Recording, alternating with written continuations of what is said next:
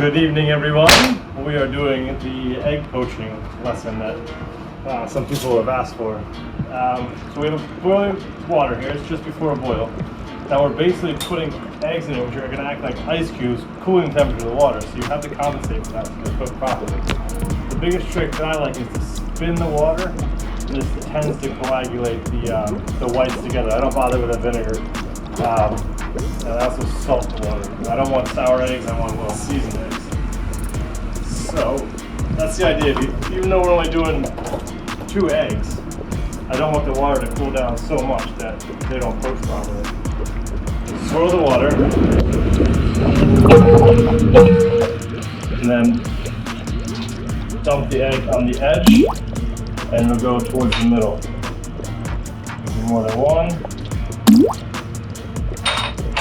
When they're cooked to where we want them, like just undercooked, we're gonna shock them in ice water. That way, if you're throwing like a brunch party or a dinner party and you got something with like asparagus and poached eggs, you can have them all done ahead of time and perfectly cooked rather than stressing about this thing, which is a bit finessey. So blanch, shock, control, everything's ready on time, everything's perfectly cooked. Take a look at them now. And start to see, you can see the white's not even set yet. The white isn't set. That'll be the first thing that sets before the yolk. And you can even, if you're standing here watching, you can even skim this stuff and get it out of the way.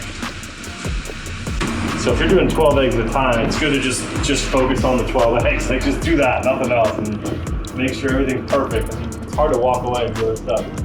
The whites are set, but the yolk isn't set at all, which is good. That's kind of where you want it. So now you can be a little more like rough with them, you know, like chuck them in ice water and.